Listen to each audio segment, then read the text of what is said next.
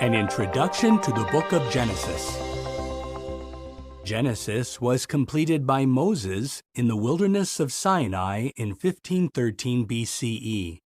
Born in 1593 BCE, Moses was a prophet, leader, judge, historian, and mediator. He wrote the first 5 books of the Bible, called the Pentateuch, as well as Job, Psalm 90, and possibly Psalm 91. The name Genesis means origin or birth. The book explains the origin of the universe and how God prepared the earth for people to live on it. The account also describes the origin of the Israelites and their growth in Egypt until the death of Joseph in 1657 BCE. Genesis has 50 chapters.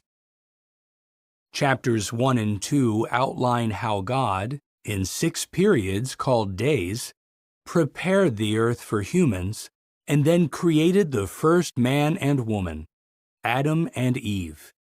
They were to fill the earth and subdue it, and they had the prospect of everlasting life.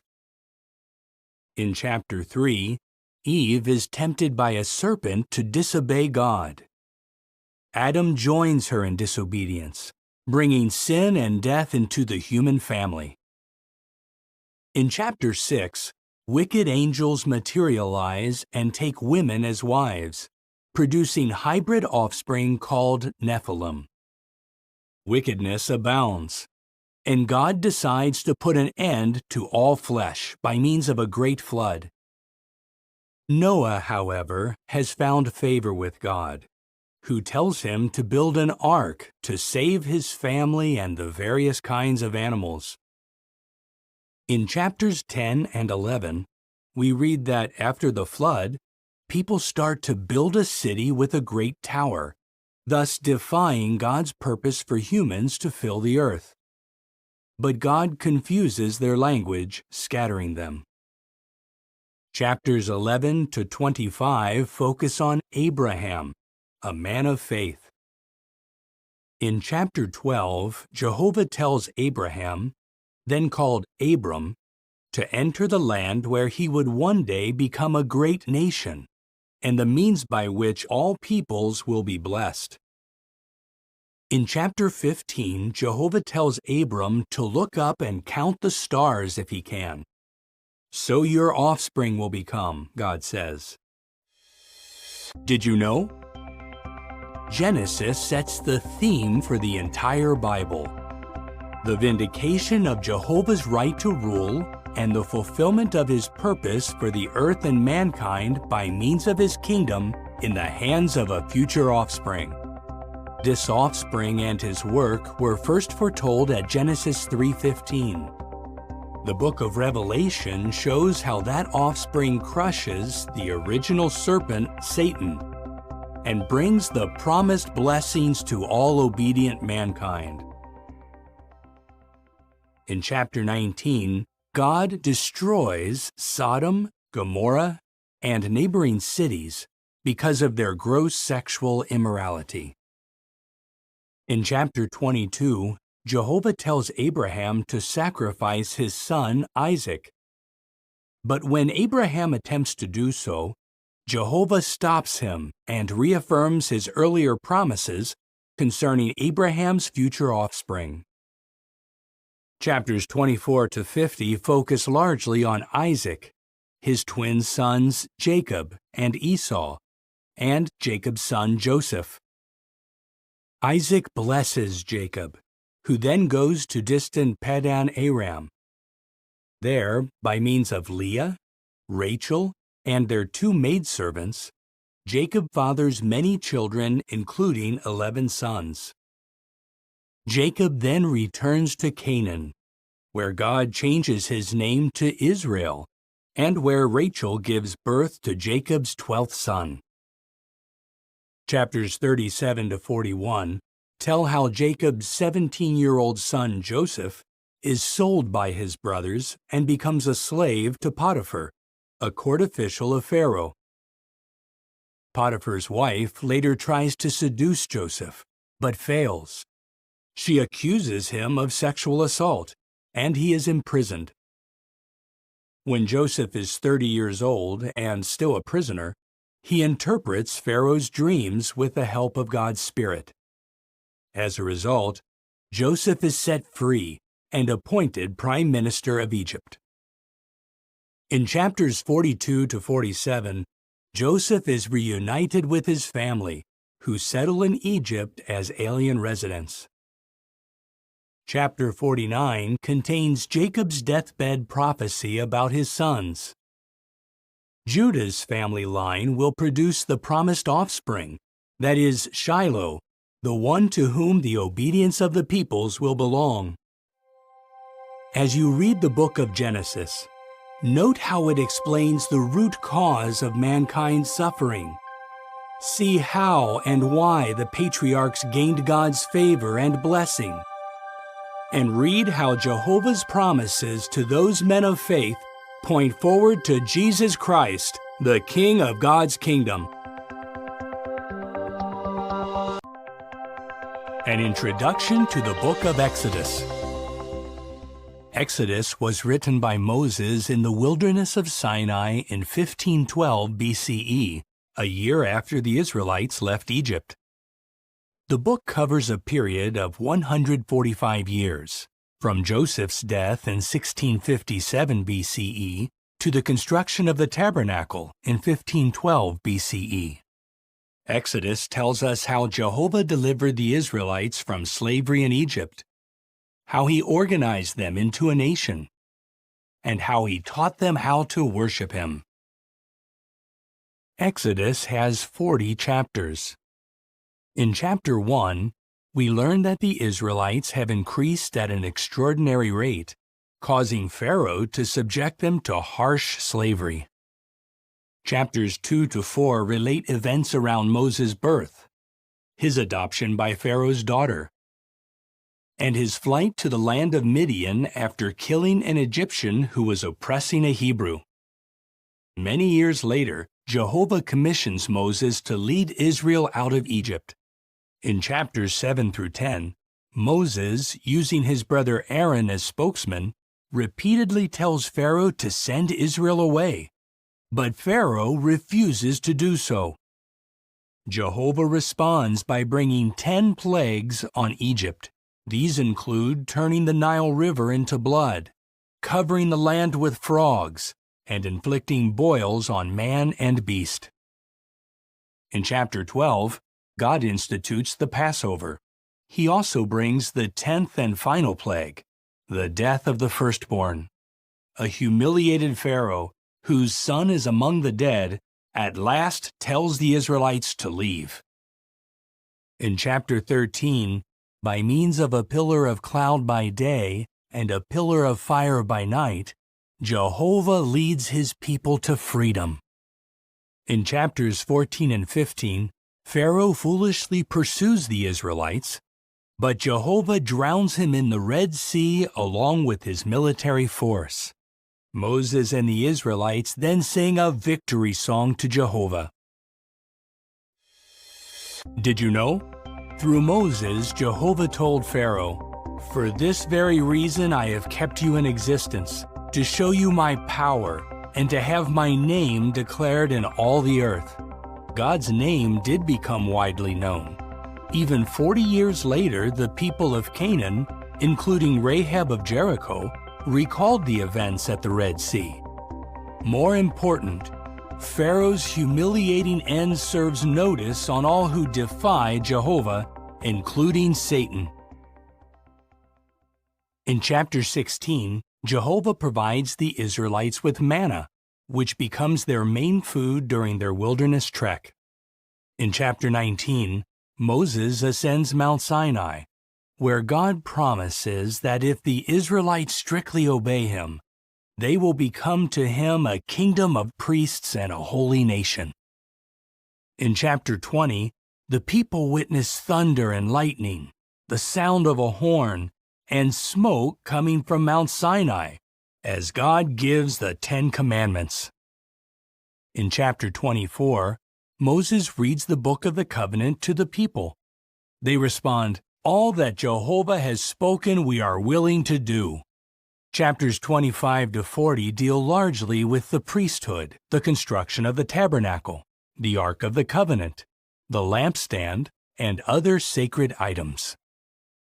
Chapters 28 and 29 focus on the attire of the priests and the installation of the priesthood. The high priest's attire includes an ephod and a turban with a golden plate. Engraved on the plate are the words, "Holiness belongs to Jehovah." In chapter 32, while Moses is on Mount Sinai, the people make a golden calf and worship it with dancing and singing. When Moses returns, he burns and crushes the idol, scatters the powder on the water, and makes the Israelites drink it. In chapter 34, Moses, again on Mount Sinai, hears Jehovah declare his name and attributes. Chapter 40 tells us that the pillar of cloud covers the completed tabernacle, which fills with God's glory. As you read the book of Exodus, note how Jehovah can humiliate the proud and arrogant. Observe how he uses the humble and meek, and see how his deliverance of Israel strengthens our faith in our future deliverance by means of God's kingdom. An introduction to the book of Leviticus. Leviticus was written by Moses in 1512 BCE in the wilderness of Sinai. The name Leviticus, later given to the book, comes from a Greek word meaning pertaining to the Levites. Yet the book was written not for the Levites alone, but for the entire nation of Israel. Leviticus covers a period of about 1 month, describing the events immediately following the construction of the tabernacle. Leviticus focuses on Jehovah's holiness and the holiness of his people by their obedience to his statutes. Chapters 1 to 7 set out the various laws about offerings to Jehovah. Chapters 8 and 9 cover the installation of the priesthood, the anointing of Aaron as high priest, and Aaron's first offerings to God. In chapter 10, Jehovah puts to death 2 of Aaron's sons, the priests Nadab and Abihu, for offering unauthorized fire or incense. Jehovah then issues the command that priests must not drink alcohol before entering the tent of meeting or tabernacle. Chapters 11 to 15 set out laws about cleanness and uncleanness. In regard to food, Jehovah tells the Israelites which creatures they may and may not eat. Instructions regarding the Day of Atonement are given in chapter 16. Chapters 17 to 20 contain laws on holy conduct.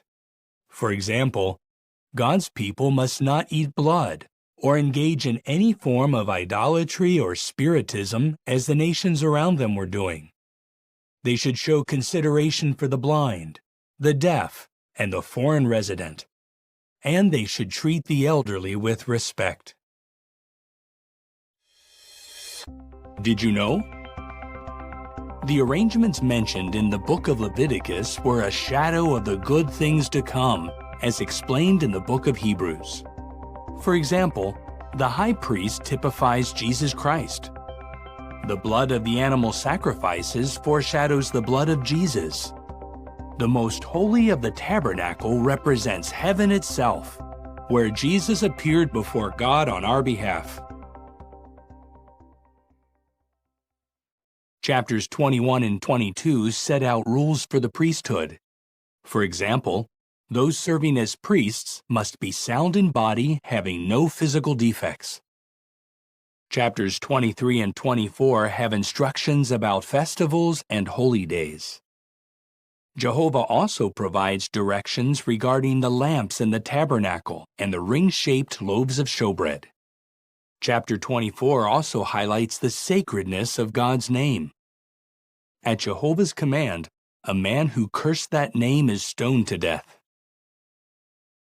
Chapter 25 contains laws about the Sabbath year, the Jubilee year, the restoration of property, and the treatment of the poor. Those who are sold into slavery must be treated kindly as hired workers. Chapter 26 spells out the blessings of obedience to Jehovah and the punishments for disobedience. Chapter 27 closes the book of Leviticus with laws about things vowed to Jehovah and things devoted to him.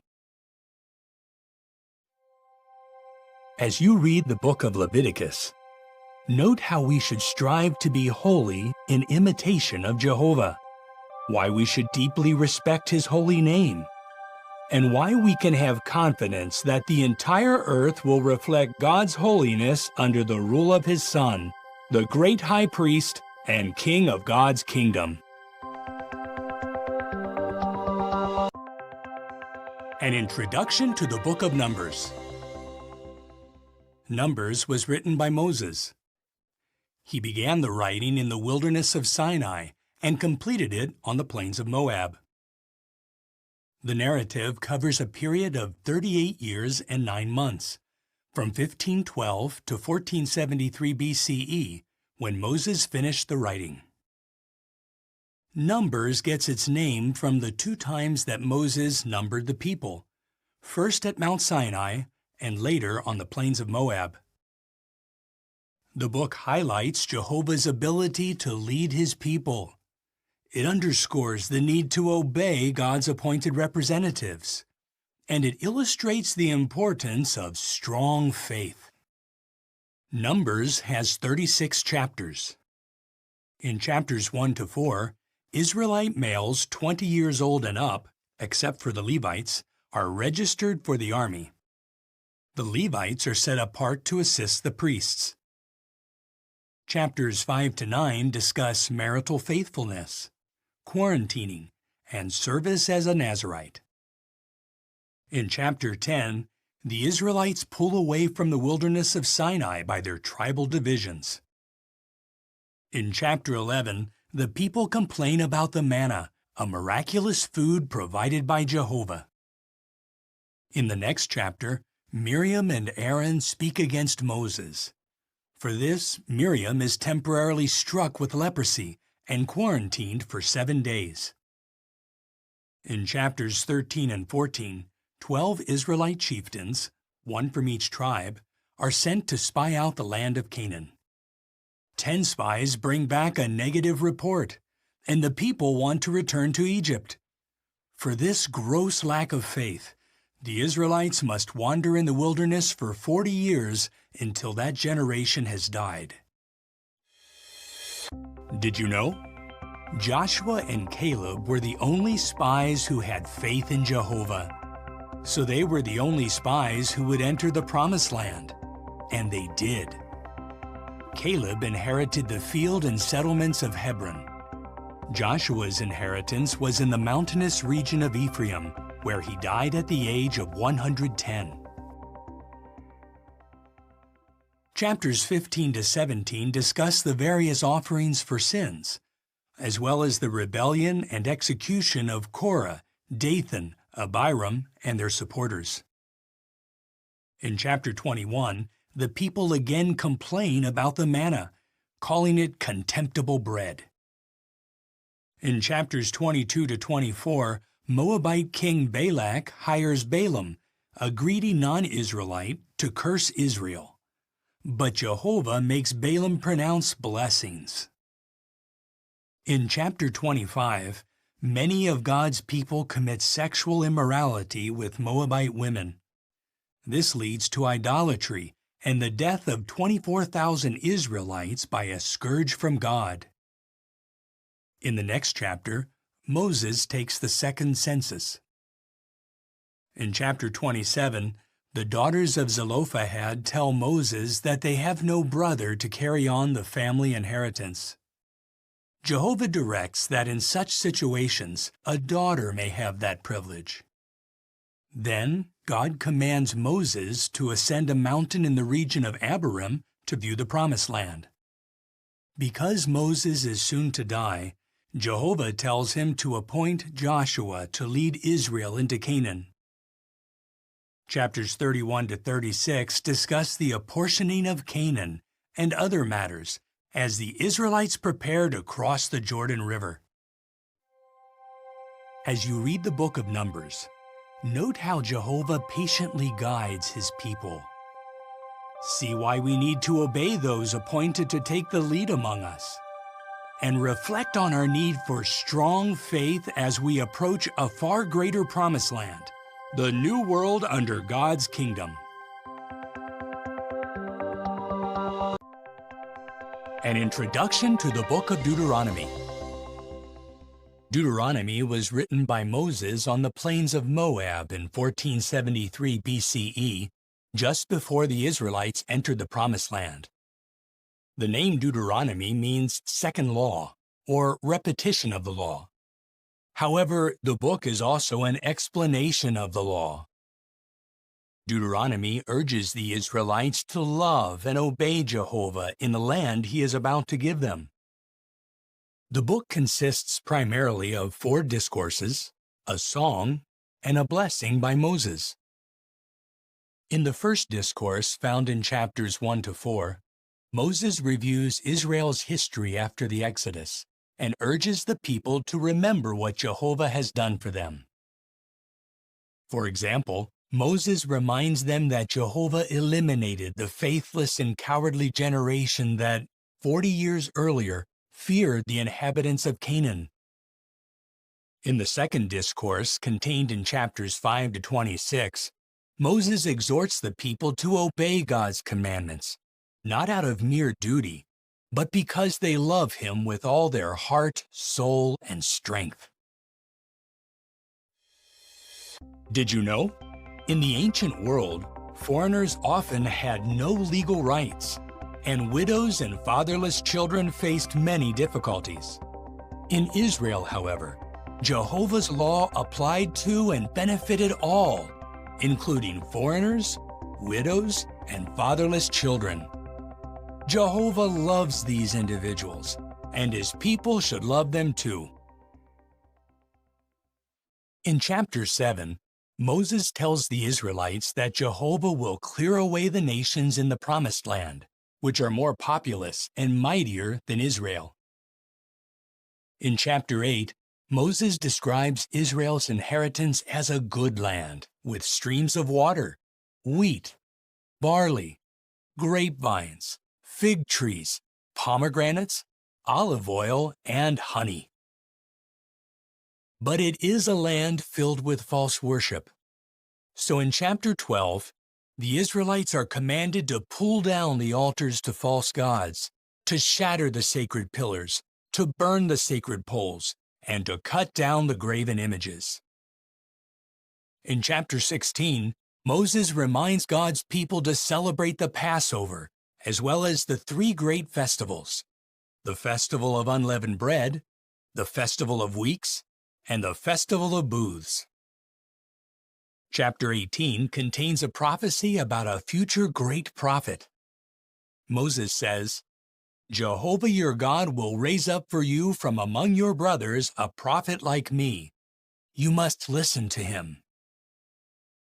The third discourse in chapters 27 and 28 sets out the cursings for disobedience and the blessings for obedience. After the nation crosses the Jordan River, the cursings are to be recited on Mount Ebal, where half of the tribes are to stand. The other tribes are to stand on Mount Gerizim and bless the people. Chapters 29 and 30 contain Moses' 4th discourse, in which he makes a covenant with the people, telling them to choose life by obeying Jehovah. In chapter 31, Jehovah commissions Joshua as Moses' successor. Joshua should be courageous and strong as he leads the nation into its God-given land. Chapter 32 records the Song of Moses, which powerfully extols God's faithfulness in contrast with the Israelites' unfaithfulness. In chapter 33, we read the blessing that Moses pronounced on the Israelites before his death. In the final chapter, Moses ascends Mount Nebo, where he is shown the Promised Land. Jehovah says, "I have let you see it with your own eyes, but you will not cross over there." Moses then dies at 120 years of age, and Jehovah buries him in a secret location in Moab. As you read the book of Deuteronomy, see how Jehovah blesses those who love him. Note how he withholds his blessing from those who disobey him. And discern how the principles behind God's law are reflected in the teachings of Jesus, the prophet like Moses, who is also the King of God's kingdom. An introduction to the book of Joshua. The book of Joshua is named after its writer, Joshua the son of Nun, who succeeded Moses as leader of Israel. The book likely covers a period of more than 20 years, starting in 1473 BCE and ending in about 1450 BCE when the book was completed. The book of Joshua can be divided into 4 sections: Israel's entry into Canaan, the conquest of the land, the apportioning of it to the individual tribes, and Joshua's final exhortations.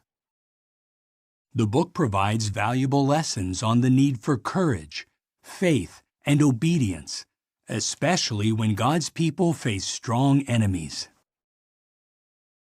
In chapters 1 and 2, Jehovah tells Joshua to be courageous and strong.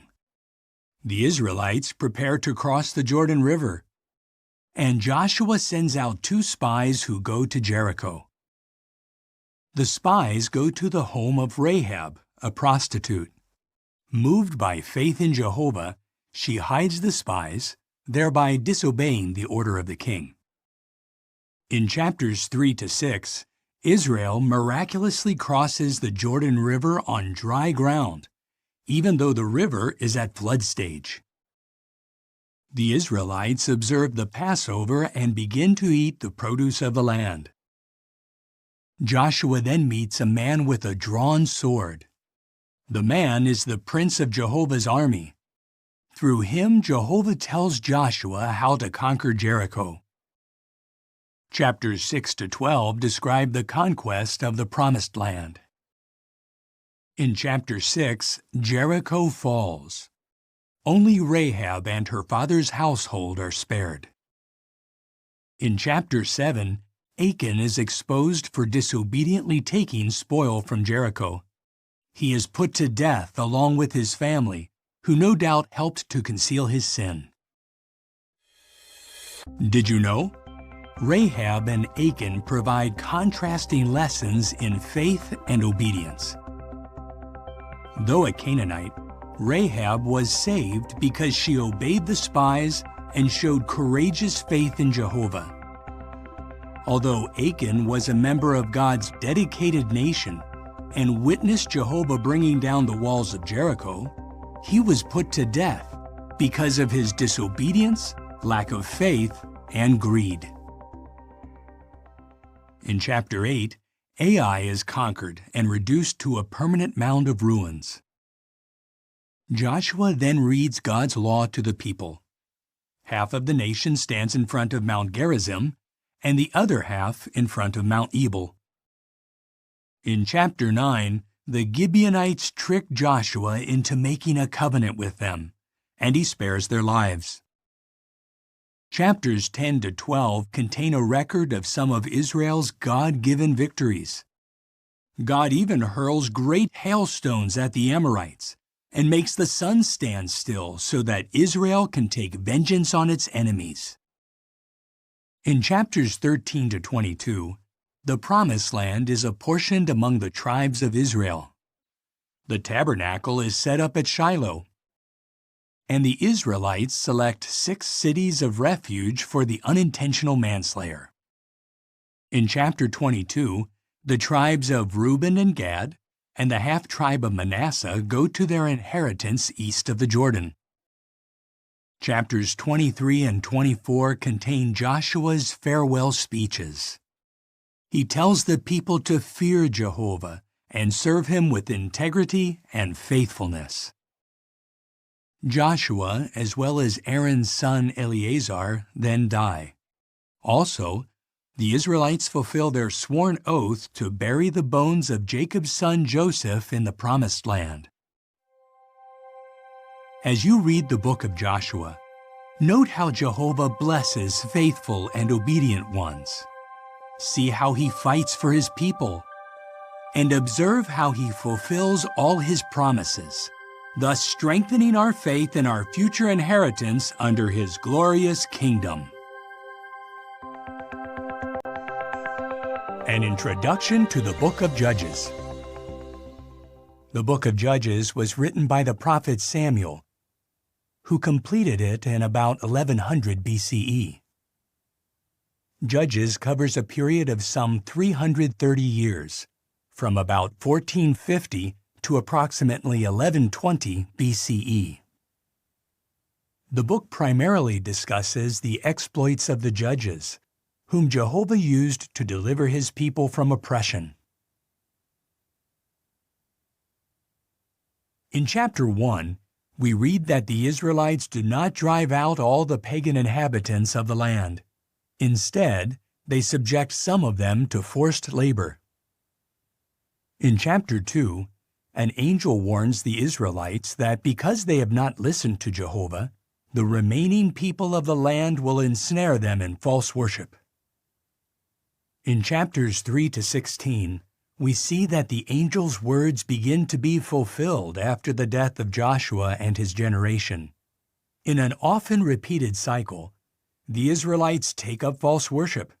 Jehovah abandons them to their foes.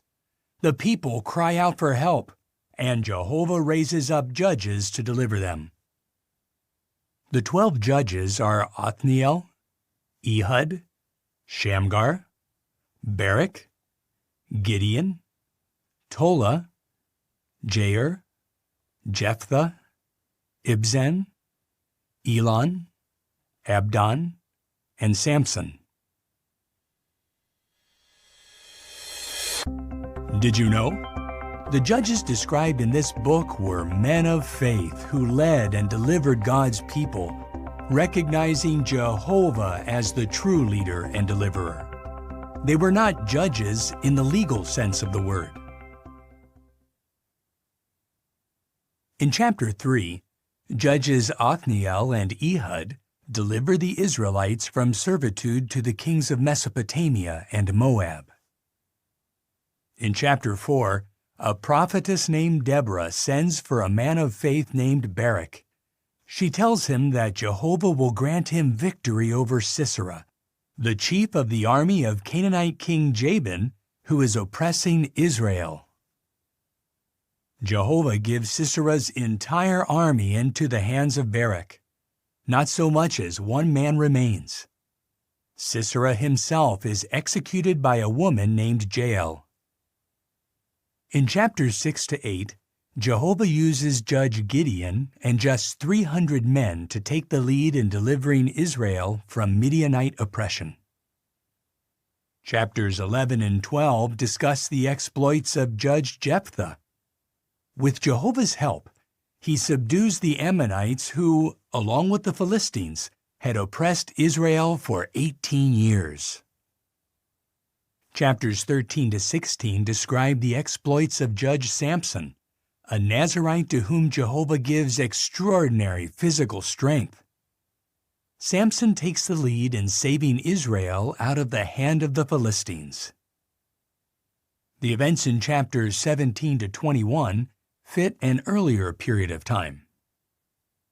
In chapter 17, a man in Ephraim named Micah, who has a house of gods, hires a young Levite named Jonathan to serve as his priest.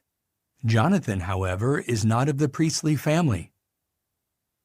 In chapter 18, hundreds of Danites who are on their way to conquer land for their tribe make a stop at Micah's house. They steal his gods and take Jonathan to be their priest. In chapters 19 and 20, men of the Benjaminite city of Gibeah commit sex crimes against the concubine of a Levite. The Benjaminites fail to hand over the guilty men, so the other tribes war against Benjamin, almost wiping out the tribe. As you read the book of Judges, note the harm that can come to those who leave Jehovah. Observe how merciful God is when His people repent and cry out to Him for help. And see why we can trust Jehovah, our great judge, to deliver us from all our enemies by means of His kingdom. An introduction to the book of Ruth. The prophet Samuel is believed to be the writer of this book. The book of Ruth was completed about 1090 BCE. The events related cover a period early in the time of the Judges. The book takes its name from one of its principal characters, Ruth the Moabitess. The other main characters are Naomi and Boaz. In chapter 1, a famine moves a man named Elimelech to take his family from Bethlehem to the land of Moab. In Moab, Elimelech dies. His sons Mahlon and Chilion marry the Moabite women Ruth and Orpah. Some 10 years later, both sons also die. Naomi, in deep despair, decides to return to Bethlehem. She urges her daughters-in-law to go back to their families. Orpah returns to her people. Ruth, however, sticks loyally to Naomi. When the two widows arrive at Bethlehem, the barley harvest has just begun. In chapter 2, Ruth, by chance, gleans in a field belonging to Boaz, who is related to Naomi's late husband. Recognizing Ruth's fine qualities, Boaz tells her to continue gleaning in his fields. When Ruth later tells Naomi that she had gleaned in the fields of a man named Boaz, Naomi says, "The man is related to us. He is one of our repurchasers." In chapter 3, Naomi instructs Ruth to ask Boaz to act as repurchaser. He and Ruth could then raise up offspring for Naomi in order to carry on the family line of Elimelech. Boaz is willing to perform this loving deed, but he tells Ruth that Naomi has a closer male relative who could repurchase her. In chapter 4, Boaz goes to the Bethlehem city gate where he meets with the other male relative, who is referred to as so-and-so.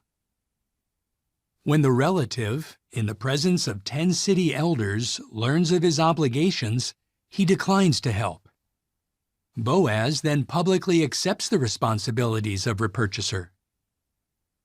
Boaz now marries Ruth, and they have a son, whom the neighbor women name Obed.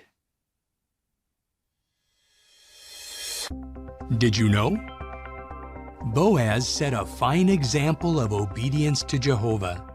He did all in his power to help Naomi and Ruth by applying God's law on repurchase, taking no shortcuts. The book concludes, Obed became father to Jesse, and Jesse became father to David, who became a king of Israel and an ancestor of the Messiah. As you read the book of Ruth, see how Jehovah turns tragedy into triumph. Observe how he rewards those who love and obey him. And note how the book contributes to the history of David's family line, which produced the king of God's kingdom.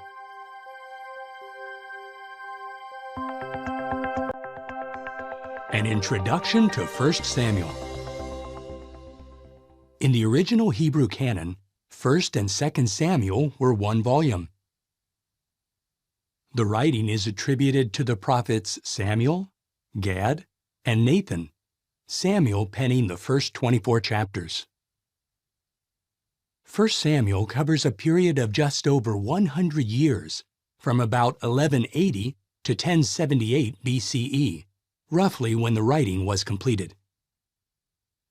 The book is largely about 4 leaders in Israel, high priest Eli, the prophet Samuel, King Saul, and David. In chapter 1, a barren woman named Hannah begs Jehovah for a son, promising to devote him to God's service. God answers her prayer. When her child Samuel is weaned, she places him in the care of high priest Eli in Shiloh. In chapter 3, Jehovah tells young Samuel to deliver a judgment message against Eli's house because he has failed to rebuke his wicked sons. In chapter 4, Philistines capture the Ark of the Covenant at Israel's army camp and slay Eli's 2 sons, Hophni and Phinehas. When 98-year-old Eli hears the news, he falls backward and dies. In chapters 5 through 7, the Philistines return the ark to Israel after suffering a series of heavy punishments from Jehovah. In the next chapter, the Israelites faithlessly demand a king. In chapter 9, Jehovah tells Samuel to anoint Saul of the tribe of Benjamin as leader of Israel. Chapter 11 shows that Saul starts out well, but before long he becomes disobedient. In chapter 13, he presumptuously offers up a burnt sacrifice. In chapter 15, he defeats the Amalekites, but disobediently spares King Agag and the best of the herd and the flock. To obey is better than a sacrifice, Samuel says. He then tells Saul that God has rejected him from being king. In chapter 16, Samuel anoints David, a son of Jesse, to be the next king. In the next chapter, David, with just a sling and a stone, kills the giant Goliath, a champion of the Philistines. Chapter 18 records the start of a lifelong friendship between David and Saul's son Jonathan. Seeing David's courage, Saul puts him in charge of the fighting men. David's campaigns are so successful that he receives more praise than Saul, who becomes filled with murderous envy. In chapter 19, David flees for his life, remaining a fugitive until Saul's death. Did you know? 1 Samuel has valuable lessons about faith and obedience. Eli and Saul disobeyed Jehovah and came to a tragic end. Samuel and David, however, served God faithfully from their youth, thus enjoying His blessing throughout their lives. In chapters 24 and 26, David has opportunities to kill Saul, but he refuses to harm Jehovah's anointed. In chapter 25, Samuel dies, and all Israel mourns. David, now in the wilderness of Paran, sends 10 of his young men to a wealthy sheep owner called Nabal to ask for provisions. When Nabal insolently refuses to help, David prepares to take revenge. However, Nabal's wife, Abigail, quickly goes to David with provisions and averts tragedy. In chapter 31, 1 Samuel closes with the death of Saul and 3 of his sons, who are buried under a tamarisk tree in Jabesh Gilead. As you read 1 Samuel, note how Eli and Saul brought disgrace upon themselves. See why Jehovah loved Samuel and David. And read how God built for David a lasting house, which eventually led to the Messiah, the King of God's kingdom. An introduction to 2 Samuel. In the original Hebrew canon, 1 and 2 Samuel were one volume. The prophets Gad and Nathan, who completed the writing of 1 Samuel, wrote all of 2 Samuel. The narrative covers a period of some 37 years, from 1077 to about 1040 BCE, when the writing was completed. 2 Samuel begins shortly after the death of King Saul and concludes just before the death of King David.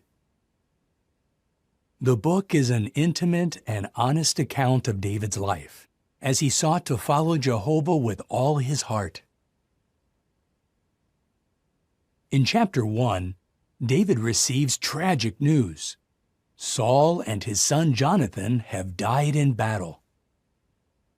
Deeply grieved, David composes a dirge and calls it the bow. The rest of 2 Samuel can be divided into two sections. Chapters 2 to 4 cover David's kingship over Judah. Chapters 5 to 24 cover his rule over all Israel. In chapter 2, David goes to Hebron, where he is made king over the tribe of Judah. Meanwhile, Saul's army chief Abner makes Saul's son Ishbosheth king over the other tribes. In chapters 3 and 4, however, Abner and Ishbosheth are put to death, and in the following chapter, the people make David king over all Israel. David then captures the Jebusite stronghold of Zion and moves his capital there from Hebron. Zion becomes known also as the City of David. In chapter 6, David has the Ark of the Covenant brought to Jerusalem. In chapter 7, David tells Nathan that he would like to build a house or temple for Jehovah, but God gives this privilege to a future son of the king. However, out of love for David, Jehovah makes a covenant with him for an everlasting kingdom.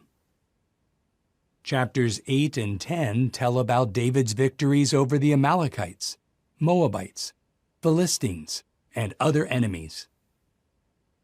Chapter 11 brings us to one of the darkest periods in David's life. He commits adultery with Bathsheba. She becomes pregnant, and David has her husband Uriah killed in battle. In chapter 12, Nathan, at Jehovah's direction, reproves David. He also says that calamity will befall David's house, and that Bathsheba's newborn son will die. Bathsheba, who is now David's wife, becomes pregnant again and gives birth to Solomon. In chapters 13 to 18, the foretold calamities on David's house begin. David's son Absalom conspires to usurp the throne, and David is forced to flee Jerusalem. In chapter 18, David's men defeat Absalom's, and Joab puts Absalom to death. Did you know? 2 Samuel powerfully illustrates the Bible's honesty. Even the failings of Israel's great leaders are openly exposed. We also see that truly repentant sinners, while reaping what they have sown, can be forgiven.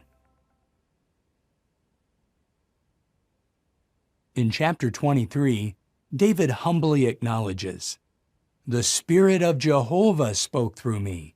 His word was on my tongue." In chapter 24, David is incited to register the nation. This bad act angers Jehovah, who brings a scourge on the people. At the prophet Gad's direction, David buys the threshing floor of Araunah the Jebusite, builds an altar there, and offers up sacrifices to God.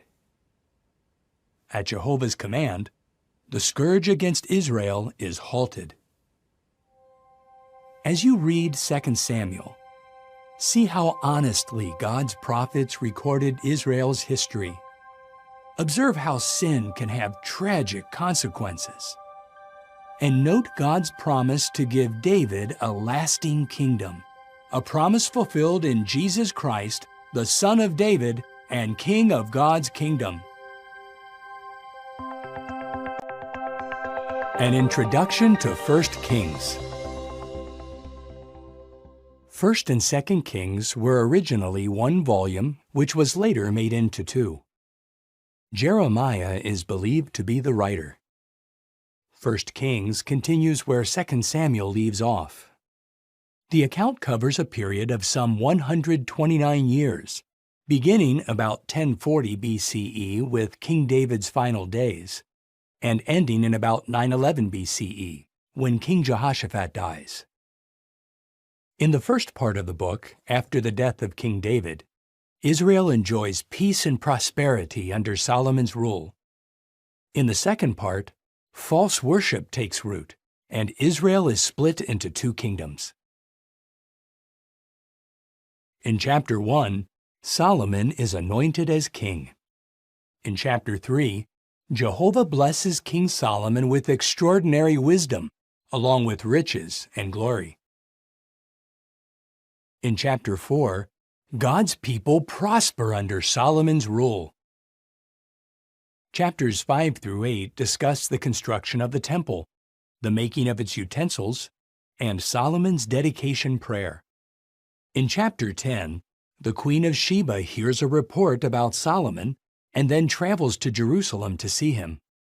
After observing the king's wisdom and prosperity, she says, "Look, I had not been told the half."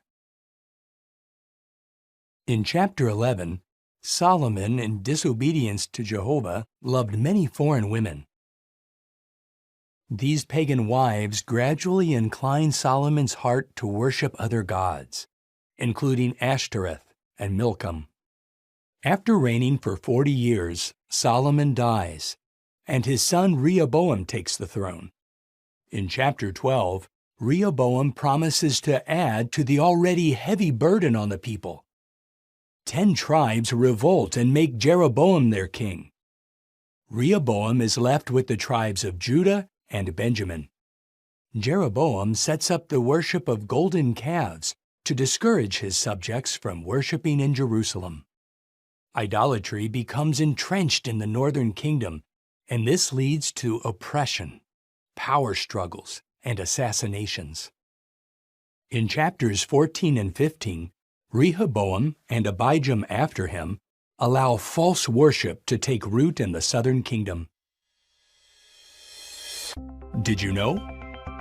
About 33 years after Solomon inaugurated the temple, Jehovah allowed Pharaoh Shishak to plunder its treasures. This shows that Jehovah is pleased not by impressive buildings, but by pure worship. In chapter 15, Asa becomes king in Jerusalem, and he does what is right in God's eyes. He is succeeded by his son Jehoshaphat, who imitates his good example. The next chapter mentions a number of wicked kings in the northern kingdom. These include Ahab, who marries the pagan princess Jezebel. She and her husband bring Baal worship into the kingdom. In chapter 18, the prophet Elijah proposes a test on Mount Carmel to show who is the true God, Jehovah or Baal.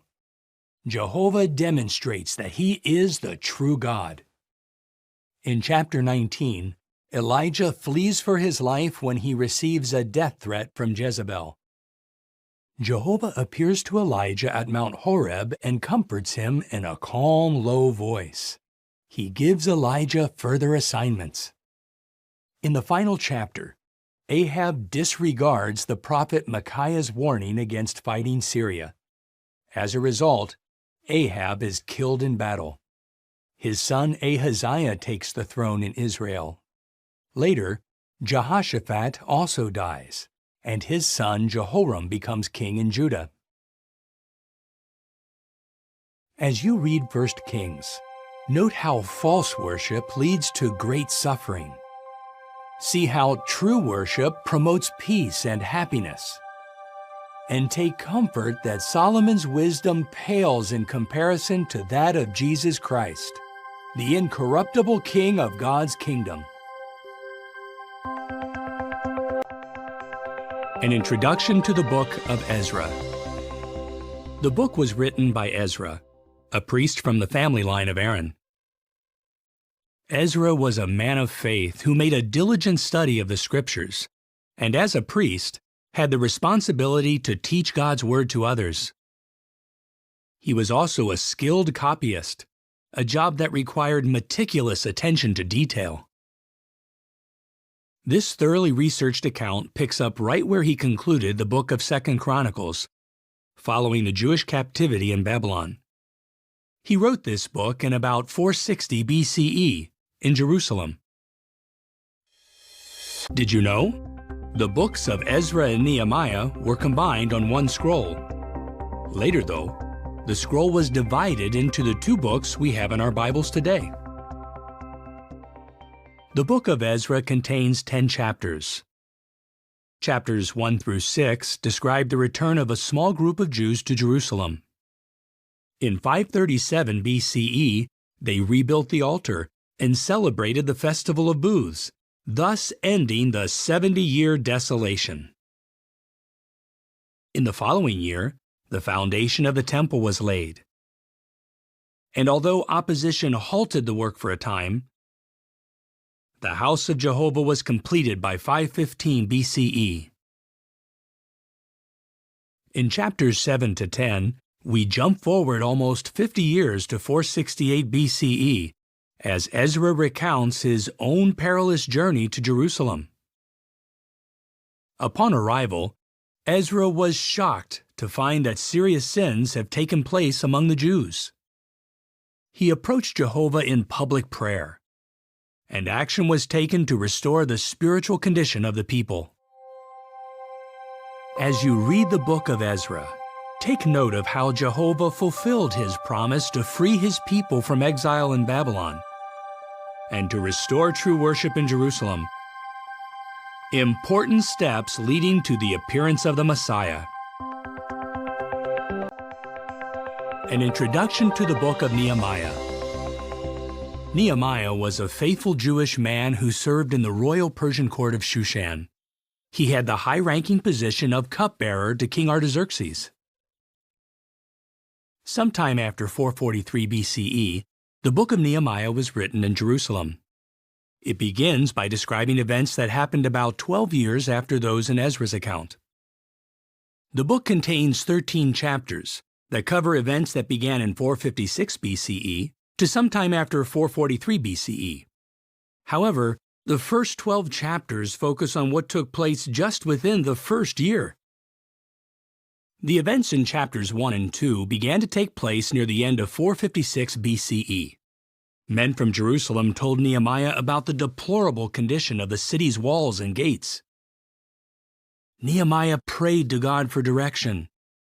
In answer to Nehemiah's prayer, the Persian king sent him to Jerusalem as governor and granted him permission to rebuild the walls. Upon arrival, Nehemiah inspected the city walls. He then gathered the people and announced his mission with the words, "Let us rebuild the walls of Jerusalem." The mission to rebuild Jerusalem marked the beginning of the 70 weeks of years mentioned in Daniel's prophecy. At the end of 69 weeks of years, the Messiah would appear. Chapters 3 to 6 recount the rebuilding of Jerusalem's walls and gates despite enemy opposition. Did you know? A large workforce of men and women repaired the estimated 2,600 meters of walls with its gates in just 52 days. Chapters 7 to 12 show how Nehemiah and Ezra took the lead in helping the people return to true worship. The people gathered to hear the law being read and explained. Next, the 8-day Festival of Booths was held. After this, the walls of Jerusalem were inaugurated. Nehemiah continued as governor of Jerusalem for 12 years before returning to his duties under King Artaxerxes. Chapter 13 tells us that Nehemiah traveled to Jerusalem a second time, only to find that the Jews had not kept their promises to Jehovah. He then took decisive action to correct the situation. As you read this stirring account, notice how Jehovah used a Persian king to accomplish his will. Observe how Nehemiah's zeal for and knowledge of God's law led to blessings, And note how the rebuilding of Jerusalem's walls became a key to understanding an important prophecy in Daniel that pointed to the appearance of the Messiah. An introduction to the book of Esther. Esther is the second of two Bible books bearing a woman's name.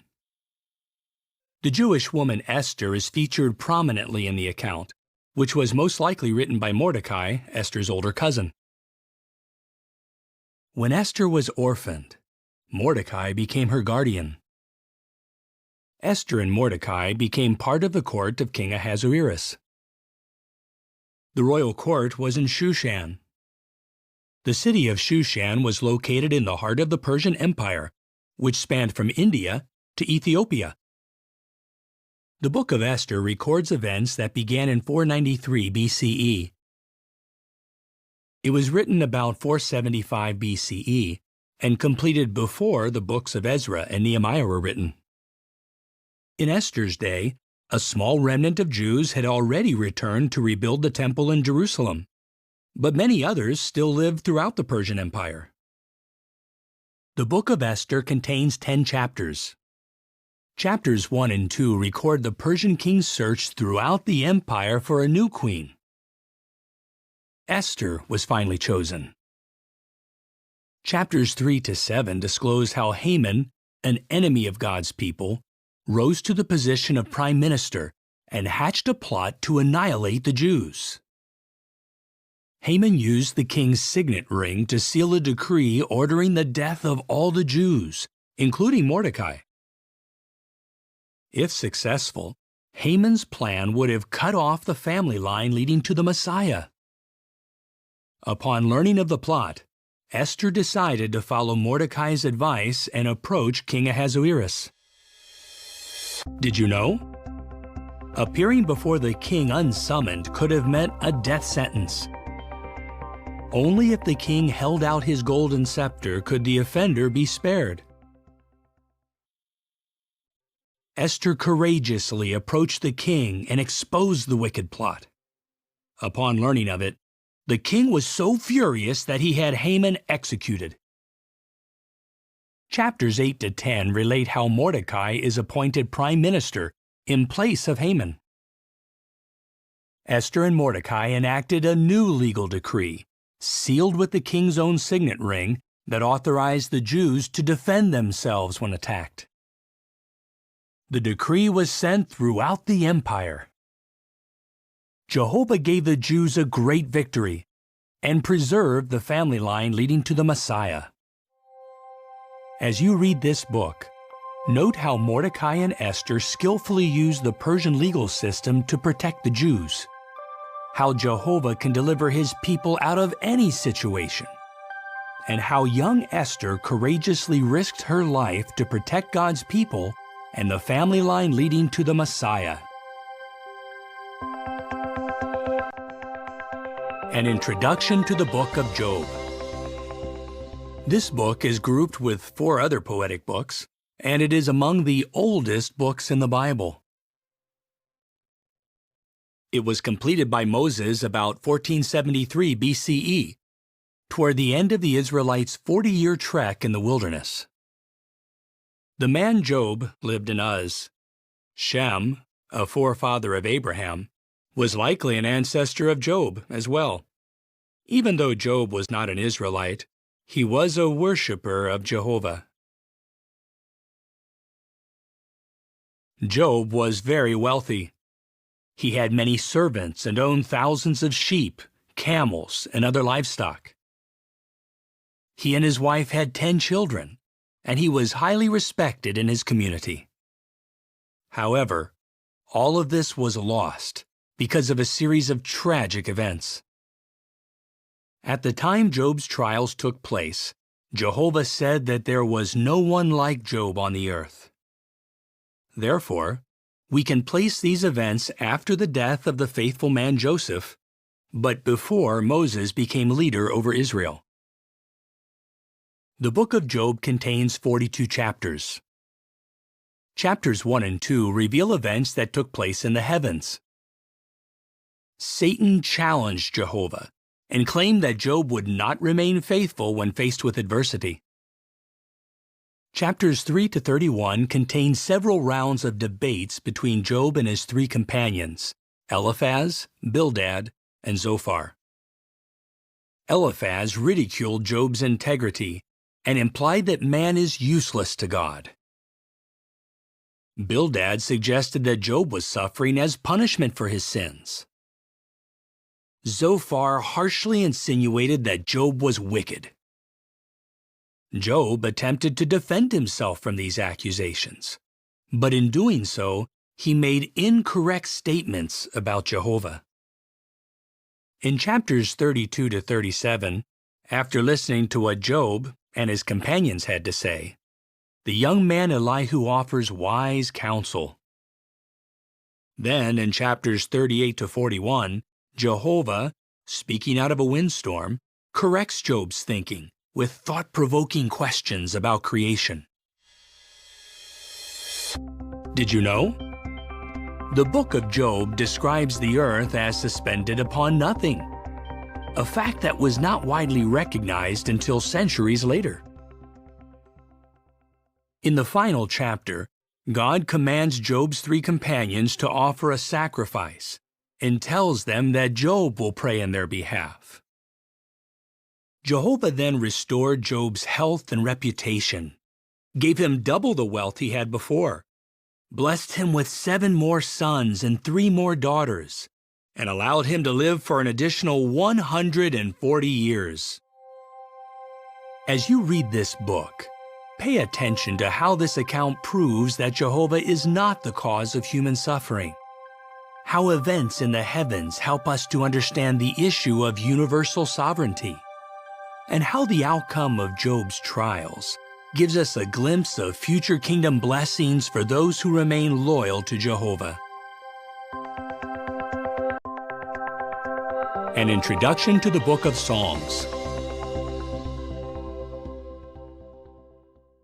Psalms is a compilation of sacred songs, which have been an important feature of true worship that highlight giving praise to Jehovah.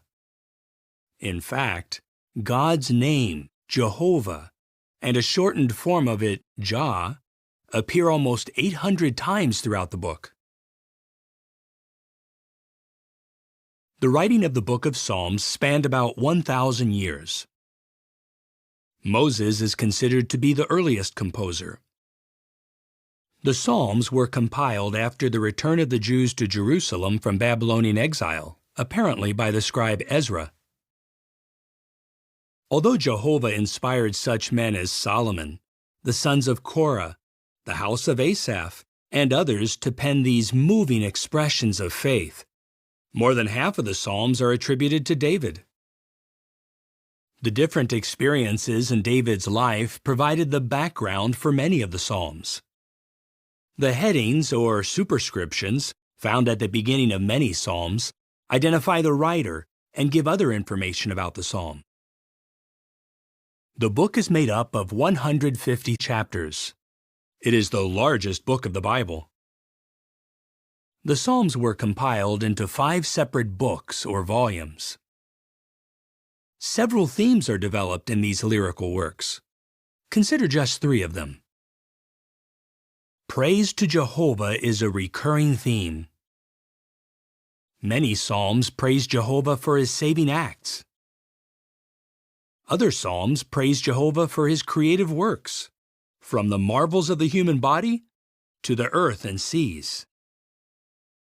Psalm 83 praises Jehovah as the Most High over all the earth. Another theme developed in Psalms is that Jehovah helps and comforts those who love him. Jehovah is referred to as the hearer of prayer and as a merciful Father who pardons repentant sinners. Psalm 23 describes Jehovah as a loving shepherd who guides, protects, and cares for his people. An additional theme is that Jehovah will transform the earth into a paradise by means of the Messianic kingdom. This kingdom will remove all wickedness and bring peace to the earth. Certain psalms are grouped together. For example, Psalms 113 to 118 formed the group called the Hallel Psalms. Did you know? It is likely that Jesus and his disciples sang these very psalms after the Lord's evening meal. Psalms 120 to 134 are called the Songs of the Ascents. Many believe these psalms were sung as the Israelites ascended to Jerusalem to attend the 3 great annual festivals. The last 5 psalms form a group in which each begins and ends with the words, "Praise Jah." An important feature of Psalms is that it contains numerous prophecies about the Messiah. Jesus himself said, "All the things written about me in the Psalms must be fulfilled." As you read the book of Psalms, take note of how it supports Jehovah's sovereignty, how Jehovah helps and comforts those who love him, and how Jehovah will transform the earth into a paradise by means of his messianic kingdom.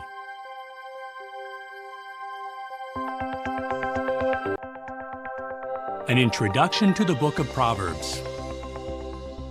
King Solomon composed the majority of the Proverbs. Solomon became king of Israel in 1037 BCE, and Jehovah gave him extraordinary wisdom. Most of Solomon's Proverbs, or wise sayings, were written down during his reign.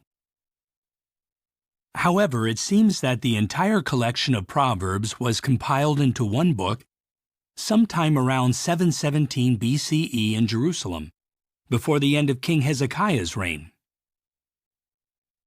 The book of Proverbs provides divine guidance for virtually every aspect of daily life, from business dealings to family matters. As such, it helps prepare us for life under God's kingdom. Proverbs contains 31 chapters and may be divided into 5 sections. The first 3 sections are attributed to Solomon. Chapters 1 to 9 make up section 1, which consists of short discourses containing a father's advice to a son. The father warns the son about the bad results of acting on wrong desires, while emphasizing the good results of trusting in God's wisdom. Section 2, called the Proverbs of Solomon, and Section 3, called the Proverbs of Solomon transcribed by King Hezekiah's men, both present concise sayings designed to make the reader think. Many of these proverbs contrast the traits we should avoid with the ones we should cultivate. Many contrasts are used, such as laziness versus diligence, and selfishness versus generosity. These short parallels are instructive and easy to follow. These 2 sections contain more than 500 of Solomon's Proverbs. Did you know? The Bible tells us that King Solomon spoke 3,000 proverbs and composed 1,005 songs. Chapter 30 makes up the 4th section and was written by Agur. He uses comparisons of 4 to help us reflect on godly wisdom, such as 4 things that are small, yet instinctively wise. The final chapter was composed by Lemuel. Some believe that Lemuel is another name for Solomon. This chapter contains a description of a capable wife. It points out her qualities and the positive effect she has on her family.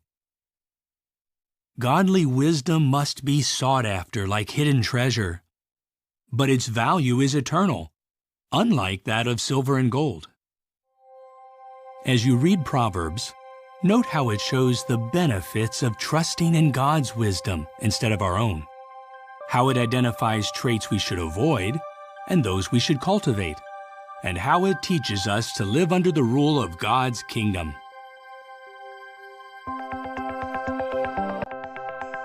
An introduction to the book of Ecclesiastes. King Solomon, who ruled over Israel from Jerusalem, wrote this book.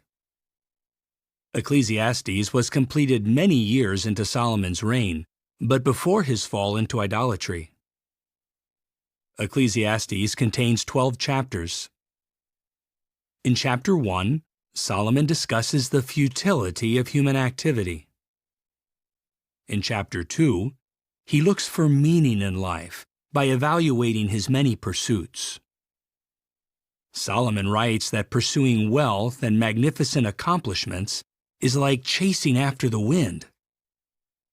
Chapters 3 to 6 present observations by Solomon that help us cultivate godly wisdom. He shows that there is an appointed time for everything. He encourages hard work, and he extols the benefits of friendship. He refers to the enjoyment of food and the rejoicing over one's work as the gift of God. Chapters 7 to 11 provide a sobering discussion of life in this world. Solomon observes that life is short, and that man needs to use his time, energy, and resources in the best way possible. This will help him make a good name or reputation with God. Did you know? Solomon alluded to the Earth's water cycle centuries before scientists understood this process. In chapter 12, he encourages young ones to make wise choices before the challenges of old age arrive. Then he sums up all that he discussed with the words, "Fear the true God, and keep his commandments, for this is the whole obligation of man."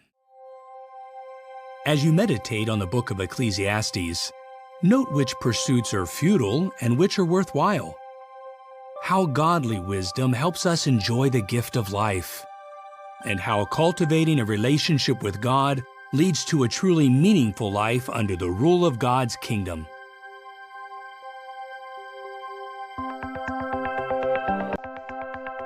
An introduction to the Song of Solomon, also known as Canticles. King Solomon wrote this poetic book in Jerusalem. It was composed sometime after the temple was built. Of the many songs composed by Solomon, this is considered his greatest. The main character is the Shulamite girl.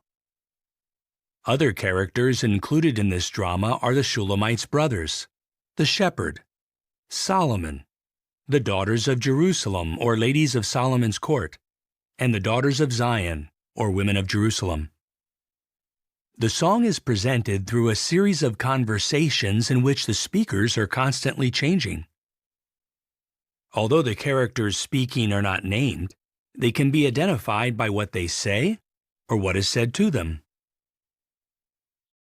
The Song of Solomon consists of 8 chapters. Chapters 1 and 2 contain events that take place near the town of Shunem, which was also called Shulam. The Shulamite girl is brought into Solomon's camp, but she resists his advances and declares that she can love only her dear shepherd. Did you know? Shunem was the birthplace of David's nurse Abishag, and the place where the prophet Elisha often stayed with a family. Chapters 3 to 8 describe events that take place in Jerusalem. Solomon returns to his court, taking the Shulamite with him in an effort to impress her. The Shulamite tells the daughters of Jerusalem, or ladies of Solomon's court, not to arouse love in her for Solomon. The shepherd follows the Shulamite to Jerusalem and strengthens her with warm expressions of endearment. We should keep in mind the ancient Eastern setting of this song in order to appreciate the poetic expressions of endearment that may seem unusual today. The shepherd compares the Shulamite's eyes to those of a dove, her hair to a flock of goats, and her cheeks to a segment of pomegranate. Solomon approaches her again with flattering words, but she continues to reject his advances. In chapter 8, the Shulamite girl returns to her home. Having proved her exclusive devotion, she is reunited with her dear shepherd.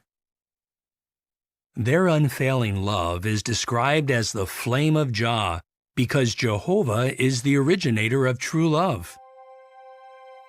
As you read this book, note the chasteness of the Shulamite girl, her loyalty to the shepherd, and how true love originates with Jehovah, whose sovereignty is based on love.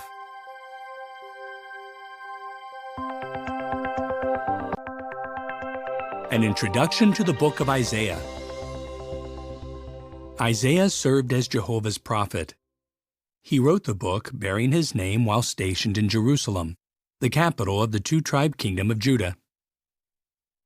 Isaiah had two sons, Shear-Jashub and Maher-Shalal-Hashbaz. Their names signified events that would soon affect the kingdom of Judah. Isaiah prophesied for at least 46 years during the reigns of Judean kings Uzziah, Jotham, Ahaz, and Hezekiah. He completed the book sometime after 732 BCE. Hosea and Micah recorded their prophecies around the same time. Some of the events foretold by Isaiah were the fall of the northern kingdom of Israel, which occurred in Isaiah's lifetime, the destruction of Jerusalem, which happened more than 100 years later, the fall of Babylon, about 200 years after Isaiah's day, and the appearance of the Messiah, which occurred over 700 years after the prophecy was recorded. Did you know? Isaiah's prophecy about the fall of Babylon foretold details such as how the city would fall, and even the name of its conqueror, Cyrus. The book of Isaiah contains 66 chapters. The first 6 chapters are largely warnings about the calamity that was to come upon Jerusalem and Judah for the sinful conduct of their inhabitants. In chapter 6, Isaiah responds to Jehovah's invitation to be his messenger and shows his willing spirit with the words, "Here I am, send me." Chapters 7 to 12 deal with the threat of enemy invasion from the combined forces of Syria and the northern 10-tribe kingdom of Israel. But in fulfillment of Isaiah's prophecy, Assyria defeated these two nations, removing the threat. Chapters 13 to 23 include pronouncements against Babylon and other nations for their cruelty to God's people. Chapters 24 to 35 contain messages of desolation and of restoration for Jehovah's people. Among their acts of unfaithfulness, the people of Judah turned to Assyria for protection instead of looking to Jehovah. The people of Israel turned to Egypt. In chapters 36 to 39, we read about thrilling events that occurred during King Hezekiah's reign. The Assyrian king Sennacherib invades Judah and threatens to destroy Jerusalem if the city does not surrender. Hezekiah prays to Jehovah for deliverance. Jehovah reassured Hezekiah that Jerusalem would be safe, and then miraculously delivered his people by sending an angel who destroyed 185,000 Assyrian warriors in just one night. Despite this deliverance, Judah's sins would eventually lead to Jerusalem's destruction and the Jews' exile in Babylon. In chapters 40 to 66, Jehovah comforts his people and promises to restore true worship to Jerusalem after they return from exile. You will notice that often Isaiah's prophecy focuses on God's kingdom, in which the Messiah rules and restores true worship forever. Isaiah foretold many details about the Messiah. For example, that he would be born of a virgin, come from the family line of David, reside in Galilee, and cure the sick. Jesus Christ and his apostles quoted Isaiah's prophecy more than any other to make clear the identification of the Messiah. Jesus even read Isaiah 61, 1 and 2 in the synagogue in Nazareth and applied the words to himself. As you read the book of Isaiah, note how Jehovah's prophetic judgments always come true, how Jehovah provides salvation for those who trust him, and how the foretold reign of the Messiah will bring everlasting peace to the earth.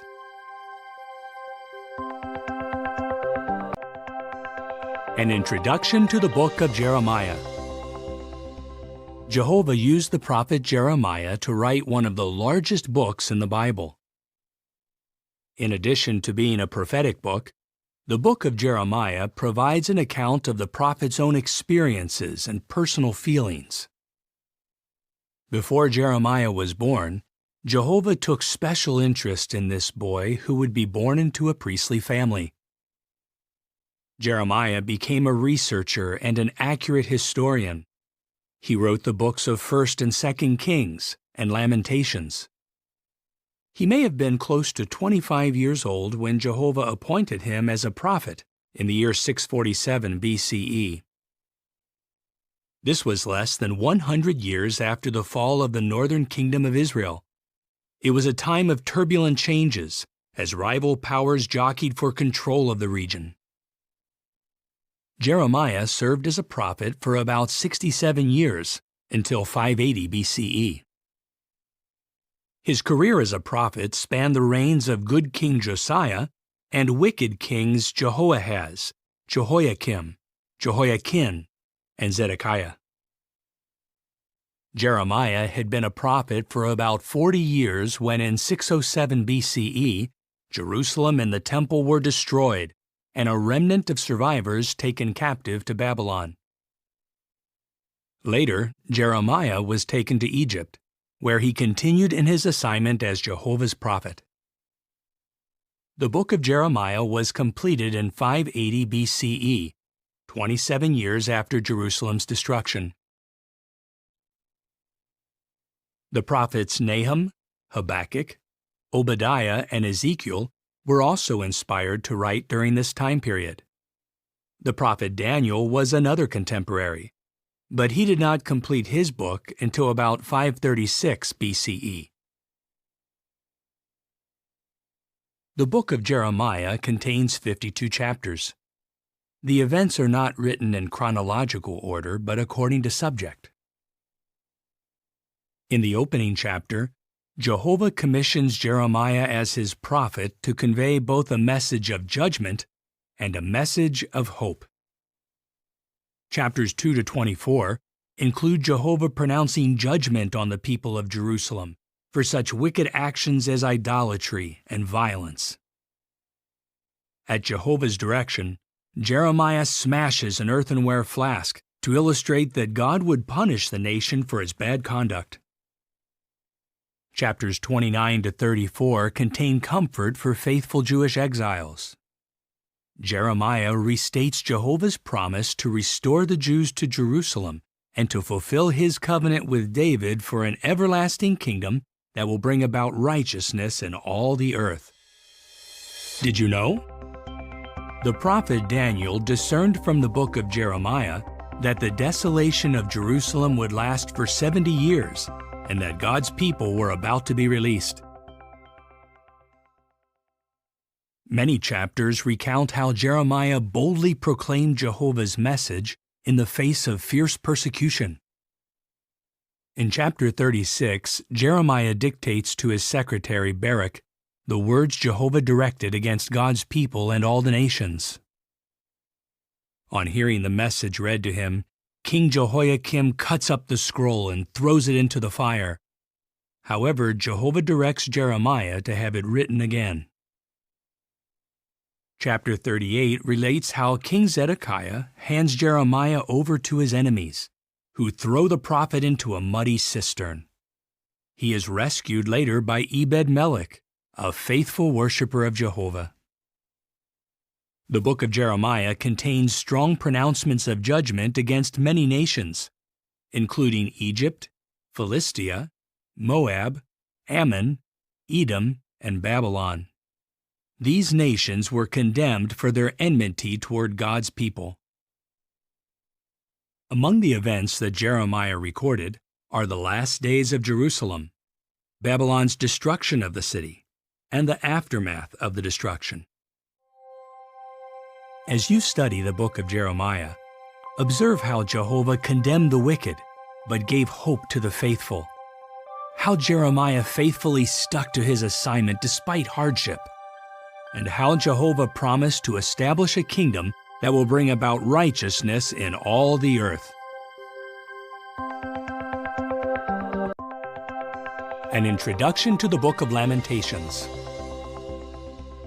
The prophet Jeremiah composed the Book of Lamentations shortly after witnessing the siege and destruction of Jerusalem by Babylon in 607 BCE.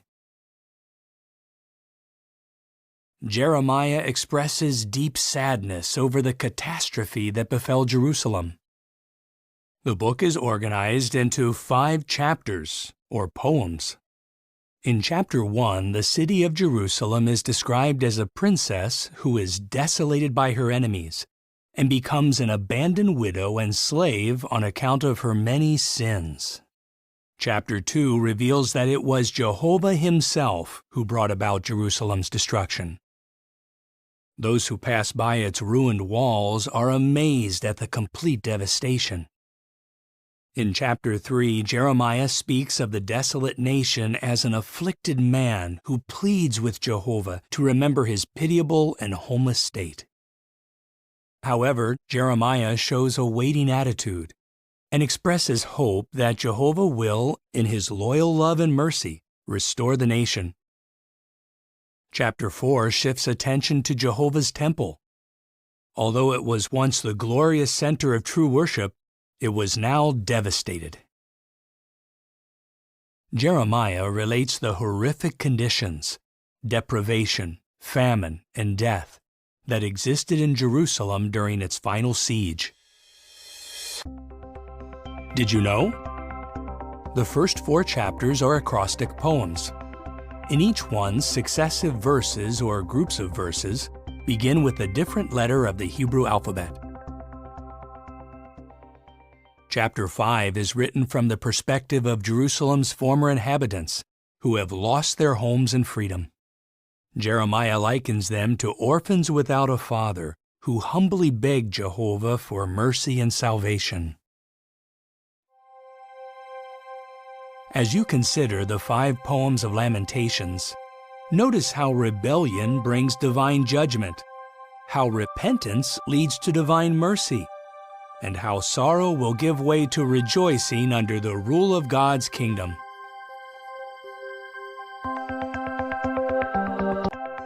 An introduction to the book of Ezekiel.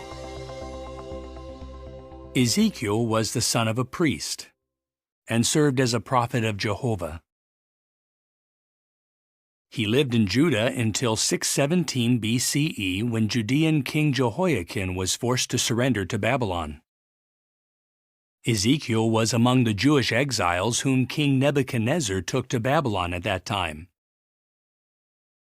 In 613 BCE, Jehovah commissioned Ezekiel to prophesy to the exiled Jews living in Babylonian captivity. Ezekiel faithfully fulfilled his assignment for at least 22 years. He completed his book in about 591 BCE. Ezekiel's prophetic work overlapped that of Obadiah and Jeremiah in Judah and of Daniel in Babylon. The sanctification of Jehovah's name is highlighted throughout the book of Ezekiel. The expression Sovereign Lord Jehovah appears 217 times. The book of Ezekiel has 48 chapters. In chapters 1 to 3, we read about the awe-inspiring visions Ezekiel sees by the river Kibar. During an intense windstorm, Ezekiel beholds 4 magnificent living creatures, or cherubs. Each one has 4 faces, that of a man, a lion, a bull, and an eagle. These faces reflect attributes that Jehovah possesses. Ezekiel is awed by a vision of the heavenly part of Jehovah's organization, which is represented by a celestial chariot directed by God's Spirit. Chapters 4 to 24 contain Jehovah's judgment against Jerusalem and her rebellious, idolatrous people. Ezekiel often communicated Jehovah's prophecies by means of symbolic actions. For example, Jehovah had Ezekiel engrave the city of Jerusalem on a brick and stage a mock siege against it. As a sign of the coming siege, he laid on his side for 430 days. In chapters 25 to 32, Jehovah turns his attention to the surrounding nations. They receive an adverse judgment because of their opposition to his people. Through Ezekiel, Jehovah foretells destruction for the city of Tyre and her king. Did you know? The prophecy against Tyre was fulfilled in 2 stages. Years after Nebuchadnezzar devastated the mainland city, Alexander the Great completed the destruction by building a causeway to the island city of Tyre, using the rubble remaining from Nebuchadnezzar's conquest. Chapters 33 to 48 contain a message of hope and of the restoration of pure worship. In chapters 40 to 48, we read of Jehovah giving Ezekiel a vision of a temple. This vision of the temple underscores Jehovah's high standards for true worship. As you study this prophetic book, take note of Jehovah's awe-inspiring qualities, Ezekiel's unswerving obedience to his instructions, and Jehovah's promise to unite all mankind in pure worship by means of the kingdom.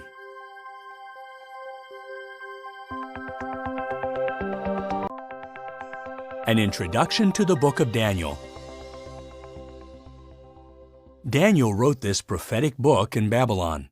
He was taken to Babylon, likely as a young Judean prince, along with other nobles.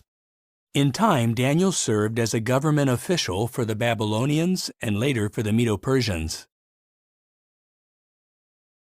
Daniel opens his book by relating events that began in 618 BCE when he was still a young man. He completed his writing in approximately 536 BCE. Obadiah, Ezekiel, and Jeremiah were Daniel's contemporaries.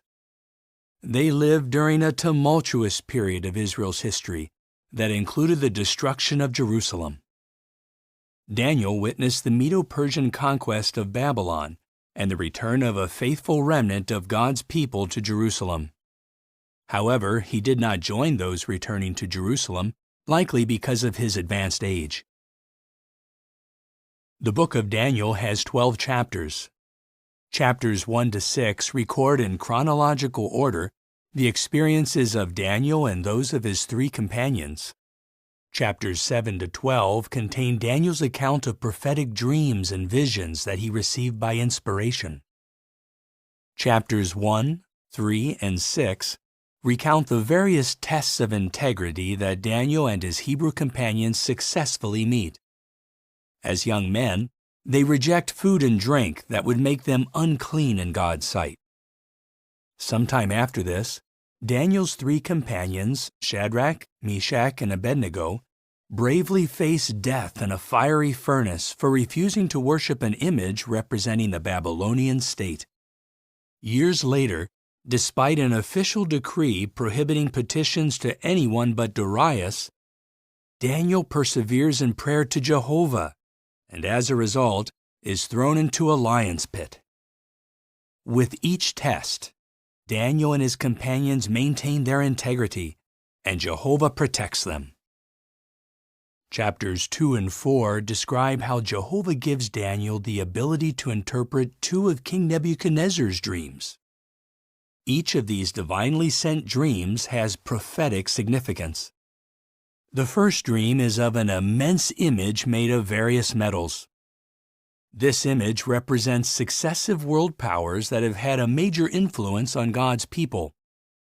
The prophecy ends with the destruction of these powers, and with God's kingdom as the only government ruling over mankind. Nebuchadnezzar's second dream features a tree that reaches to the heavens. It is cut down, and the stump is banded for 7 times. This symbolizes an interruption of rulership.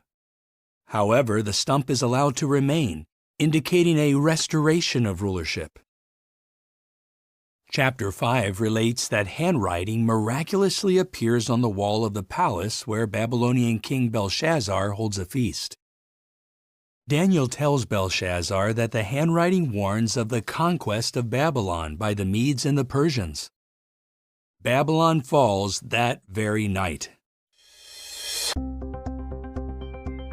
Did you know?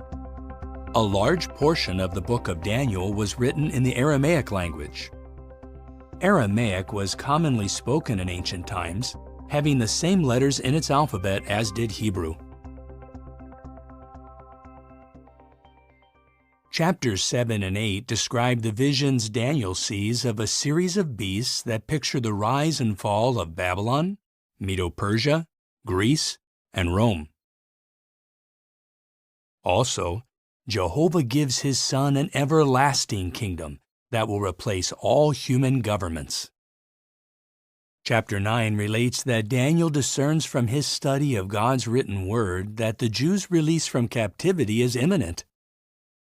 Next, we read that while Daniel is praying, an angel appears to him and reveals details concerning the Messiah. Chapters 10 to 12 discuss the event when an angel again visits Daniel, encourages him, and gives him an additional vision of the future. A large part of the prophecy describes a conflict between two kings locked in a struggle for supremacy. The fulfillment of the prophecy would extend to the final part of the days. The angel reassures Daniel of God's approval and tells him that, although he will soon rest in death, he will stand up in the resurrection at the end of the days. As you read this book, note how much Jehovah values Daniel's faithfulness, how Jehovah maneuvers kings and kingdoms according to his purpose, and how Jehovah gives his Son an everlasting kingdom that will replace all human governments.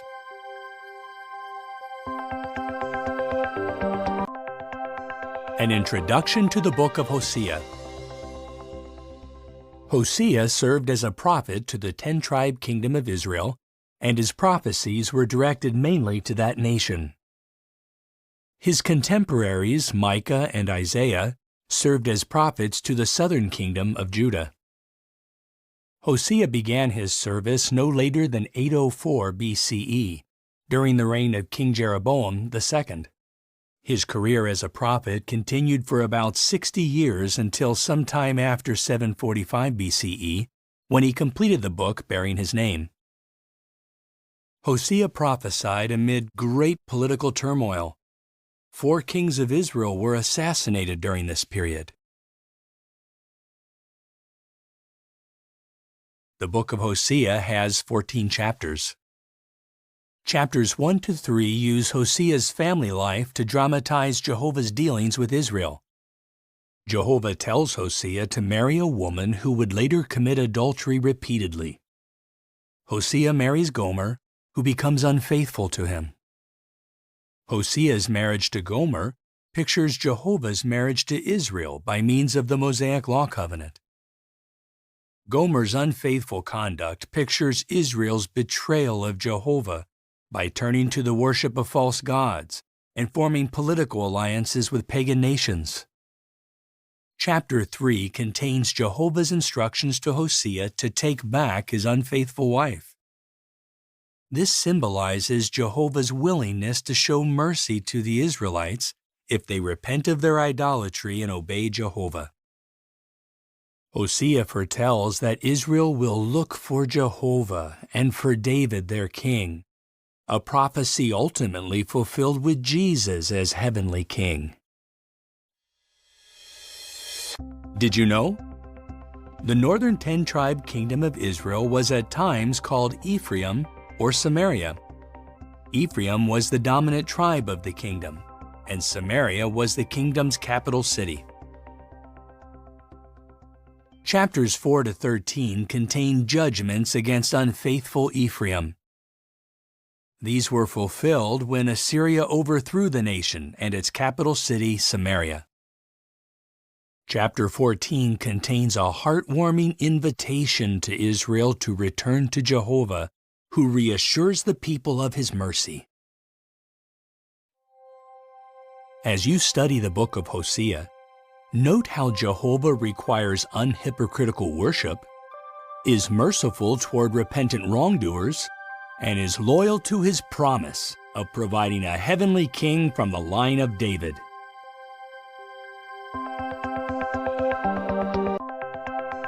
An introduction to the book of Joel. Joel prophesied to the two-tribe kingdom of Judah during the 9th century BCE, and he appears to have recorded his prophecies about 820 BCE, in the days of King Uzziah. Joel was a contemporary of the prophets Jonah and Amos. The book contains 3 chapters, and it warns of the approaching day of Jehovah. Chapters 1 and 2 mention a locust plague that will devastate the land, leaving famine in its wake.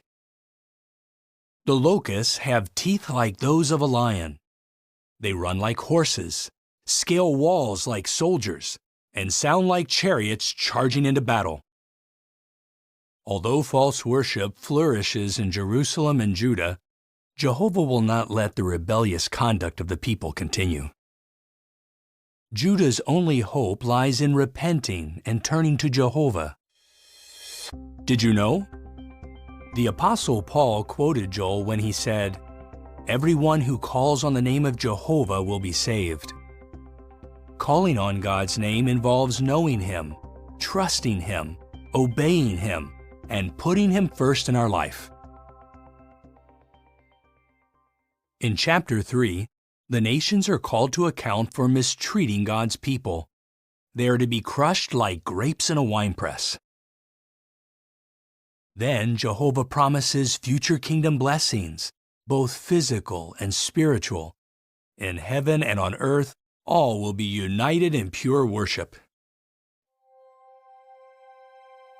As you study the book of Joel, note how those who make themselves enemies of God fare badly. How different the outcome is for those who repent and return to Him, and how Joel's prophecy finds fulfillment in the proclamation of God's kingdom.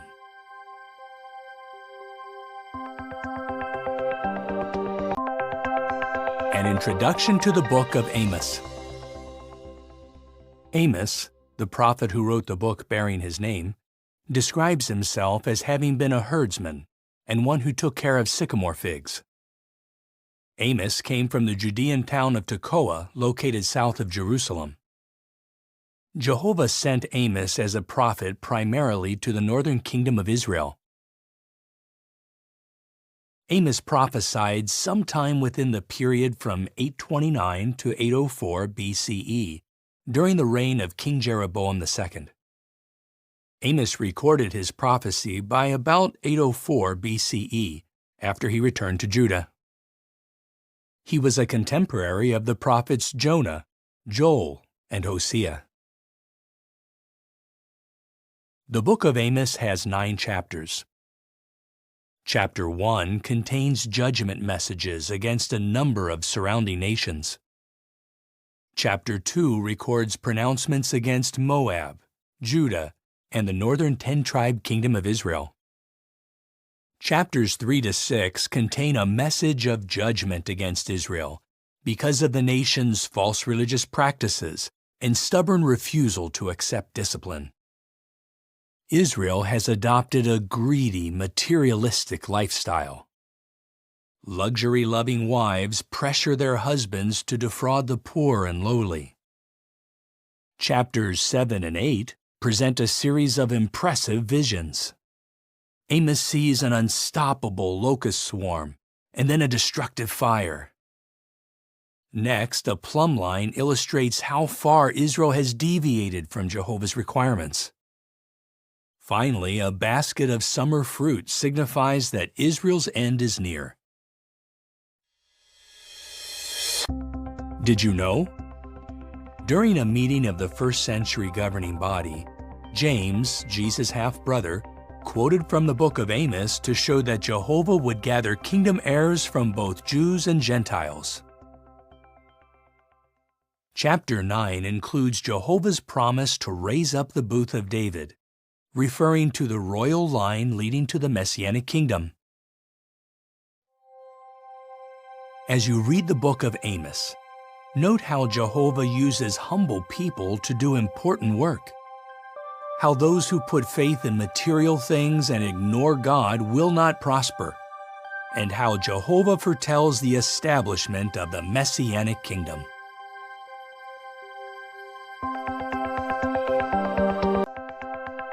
An introduction to the book of Obadiah. Obadiah was a prophet of Jehovah.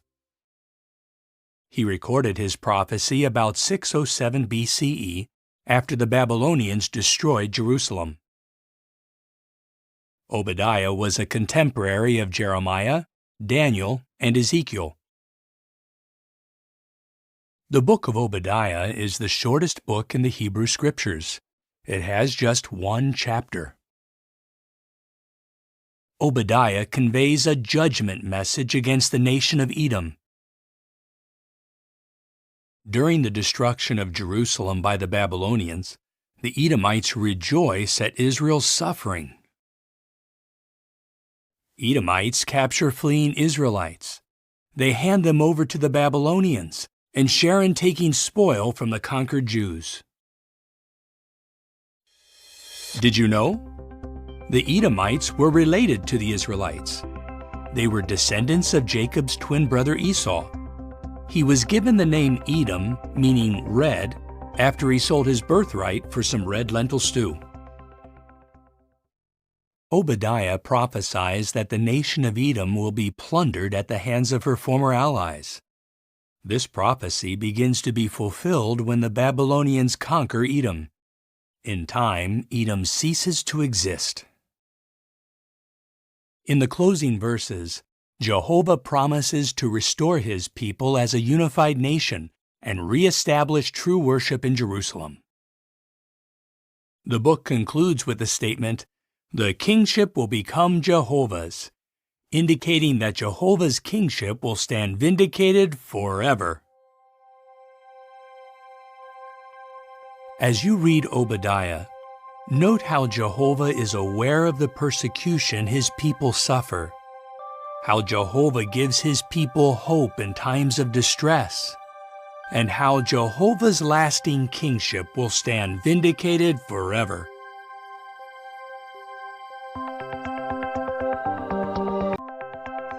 An introduction to the book of Jonah.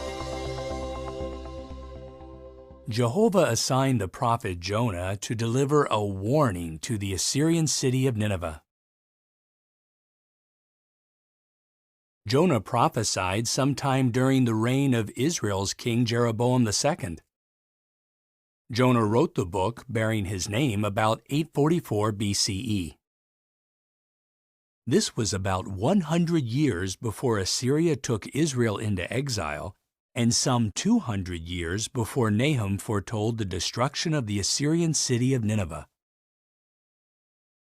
Jonah lived about the time of Amos, who also prophesied in the northern kingdom of Israel, and Joel, who prophesied in Judah.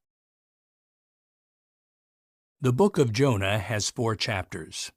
In chapters 1 and 2, we learn of Jonah receiving an assignment from Jehovah to go to Nineveh. Overwhelmed, Jonah evades the assignment by boarding a ship headed for Tarshish. Jehovah causes a terrible storm to come up at sea. Jonah knows that he is responsible for the storm and tells the sailors to throw him overboard. When they do, the storm abates. Jehovah sends a huge fish to swallow Jonah. From inside the fish's belly, Jonah prays to Jehovah, and his prayer is heard. Jehovah then commands the fish, and it vomits Jonah out onto dry land. Did you know? Jesus foretold that he would die and be resurrected on the 3rd day. He called this the sign of Jonah the prophet, alluding to Jonah's deliverance from the huge fish. Chapter 3 describes how Jonah carries out his assignment. He preaches the message that Nineveh will soon be overthrown. To Jonah's surprise, however, the Ninevites repent, and Jehovah mercifully spares them. Chapter 4 reveals that instead of rejoicing over the repentance of the Ninevites, Jonah becomes angry. He sets up a shelter outside the city to see what will happen. Jehovah uses a bottle gourd plant and a worm to teach Jonah a valuable lesson in loyal love and mercy. As you read the book of Jonah, note how Jonah accepted correction and fulfilled his assignment, how Jehovah displayed loyal love and mercy toward the repentant Ninevites, and how Jesus used Jonah's experience to foretell his own death and resurrection, which opens the way to everlasting life under God's kingdom.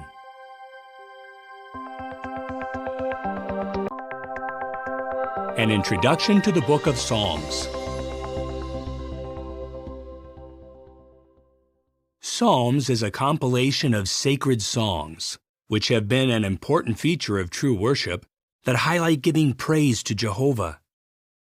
In fact, God's name, Jehovah, and a shortened form of it, Jah, appear almost 800 times throughout the book. The writing of the book of Psalms spanned about 1,000 years. Moses is considered to be the earliest composer. The Psalms were compiled after the return of the Jews to Jerusalem from Babylonian exile, apparently by the scribe Ezra. Although Jehovah inspired such men as Solomon, the sons of Korah, the house of Asaph, and others to pen these moving expressions of faith, more than half of the Psalms are attributed to David. The different experiences in David's life provided the background for many of the Psalms. The headings or superscriptions, found at the beginning of many Psalms, identify the writer and give other information about the Psalm. The book is made up of 150 chapters. It is the largest book of the Bible. The Psalms were compiled into 5 separate books or volumes. Several themes are developed in these lyrical works. Consider just 3 of them. Praise to Jehovah is a recurring theme. Many Psalms praise Jehovah for his saving acts. Other Psalms praise Jehovah for his creative works, from the marvels of the human body to the earth and seas. Psalm 83 praises Jehovah as the Most High over all the earth. Another theme developed in Psalms is that Jehovah helps and comforts those who love him. Jehovah is referred to as the hearer of prayer and as a merciful Father who pardons repentant sinners. Psalm 23 describes Jehovah as a loving shepherd who guides, protects, and cares for his people. An additional theme is that Jehovah will transform the earth into a paradise by means of the Messianic kingdom. This kingdom will remove all wickedness and bring peace to the earth. Certain psalms are grouped together. For example, Psalms 113 to 118 form the group called the Hallel Psalms. Did you know? It is likely that Jesus and his disciples sang these very psalms after the Lord's evening meal. Psalms 120 to 134 are called the Songs of the Ascents.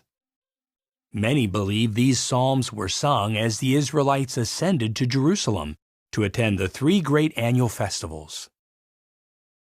The last 5 psalms form a group in which each begins and ends with the words, "Praise Jah." An important feature of Psalms is that it contains numerous prophecies about the Messiah. Jesus himself said, "All the things written about me in the Psalms must be fulfilled." As you read the book of Psalms, take note of how it supports Jehovah's sovereignty, how Jehovah helps and comforts those who love him, and how Jehovah will transform the earth into a paradise by means of his messianic kingdom.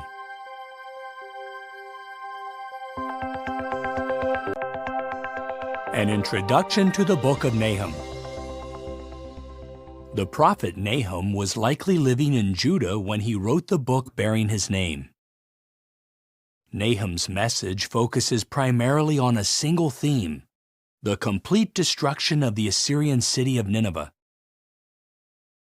Nineveh, known for its violence and brutality, was referred to as the city of bloodshed.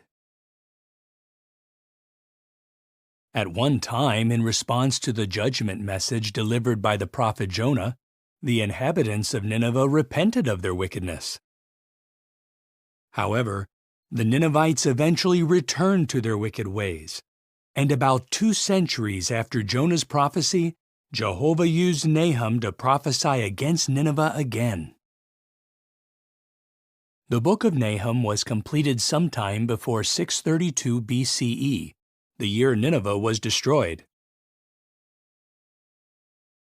Nahum was a contemporary of the prophets Zephaniah and Jeremiah. The book of Nahum contains 3 chapters. In chapter 1, Nahum proclaims Jehovah's judgment against the city of Nineveh. The entire city, with its collection of pagan gods made of wood, stone, and metal, will be completely destroyed. This is good news for the people of Judah. Free from that cruel and dangerous enemy, they can celebrate their festivals in peace. Did you know? We can trace Nineveh's origin back to the days of Nimrod, the founder of the first empire to exist after the flood. Chapters 2 and 3 describe Nineveh's destruction in greater detail. Nineveh was a heavily fortified city with high walls and a moat. But Nahum prophesies that the gates of the rivers will be opened, and the palace will be dissolved. These words were fulfilled in 632 BCE, when flooding caused damage to the city. This permitted the besieging forces of Babylon and Media to capture the city and destroy it. Jehovah's prophetic word through Nahum came true in every detail. As you read the book of Nahum, consider how Jehovah hates violence, how Jehovah always fulfills his word, and how Jehovah provides comfort for all who seek peace and salvation under his kingdom.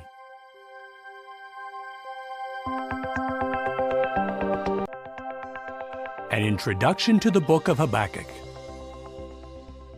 Habakkuk served as a prophet in Judah. From the book's closing notation, "To the director with my stringed instruments," it has been inferred that Habakkuk may have been a temple musician. He wrote the book bearing his name about 628 BCE, some 20 years before the destruction of Jerusalem. He was a contemporary of Jeremiah, who also served in Judah. The book of Habakkuk has 3 chapters. Chapters 1 and 2 present a dialogue between Habakkuk and Jehovah.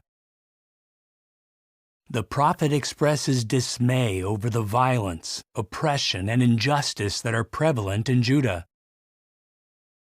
Jehovah declares that soon the Chaldeans will be used to punish the nation of Judah.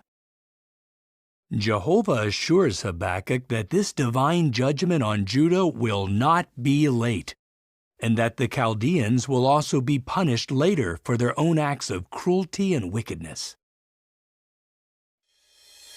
Did you know?